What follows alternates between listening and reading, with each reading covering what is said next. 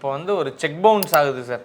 இப்போ check bounce ஆனதை வந்து நம்ம போலீஸ் ஸ்டேஷனில் கம்ப்ளைண்ட் கொடுக்கணுமா இல்லை வழக்கறிஞர் துணையோட கோர்ட்டுக்கு தான் போகணுமா சார்? செக் பவுன்ஸ் ஆயிடுச்சு அப்படின்னோடனே நீங்கள் வந்து காவல்துறையிட்டெல்லாம் போய் ஒரு பயனும் இல்லை.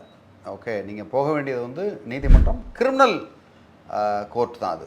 ஓகே, ஃபாஸ்ட் ட்ராக் கோர்ட்டில் தான் பெரும்பாலும் இது நடக்கும், இல்லை மேஜிஸ்ட்ரேட் கோர்ட்டில் நடக்கும். அதுக்கு முன்னாடி ஒரு லீகல் நோட்டீஸை ரெடி பண்ணி அனுப்பிச்சிடணும். லீகல் நோட்டீஸ் ரெடி பண்ணி அனுப்பிச்சு 30 நாளுக்குள்ளே நீங்கள் வழக்கு பதிவு செஞ்சு ஆகணும் நீதிமன்றத்திலேயே. அதுக்கப்புறம் வழக்கு பதிவு செய்து அவங்களுக்கு சம்மன் போகணும். யார் செக் பவுன்ஸ் பண்ணாங்களோ அந்த மாதிரி இதுக்கு போகணும்.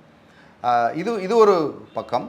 பட்டு இன்னொரு சைடில் ஒன்று இருக்குது. இப்போ சப்போஸ் நீங்கள் வந்து பணமே வாங்கலை, ஆனால் உங்கள் செக் எடுத்து யாரோ ஒருத்தவங்க போட்டு பவுன்ஸ் ஆகுது, உங்களுக்கு அதிர்ச்சி ஆகுது, அடடா ஏதோ பண்ணிட்டாங்கன்னு. அப்போ நீங்கள் வந்து உங்களுடைய செக் தவறுதலாக யாரோ ஒருத்தவங்க திருடி போட்டிருக்காங்கன்னா அது வேறு குற்றத்தில் வருது. அதுக்கு வந்து நீங்கள் உங்கள் பேங்க்கில் புகார் சொல்லிவிட்டு இம்மீடியட்டாக நீங்கள் காவல் நிலையத்துக்கு போய் இதை மாதிரி என்னுடைய செக்கை யாரோ மிஸ்யூஸ் பண்ணியிருக்காங்க, இல்லை உங்களுக்கு தெரிஞ்சதுன்னா இவங்க மிஸ்யூஸ் பண்ணியிருக்காங்க.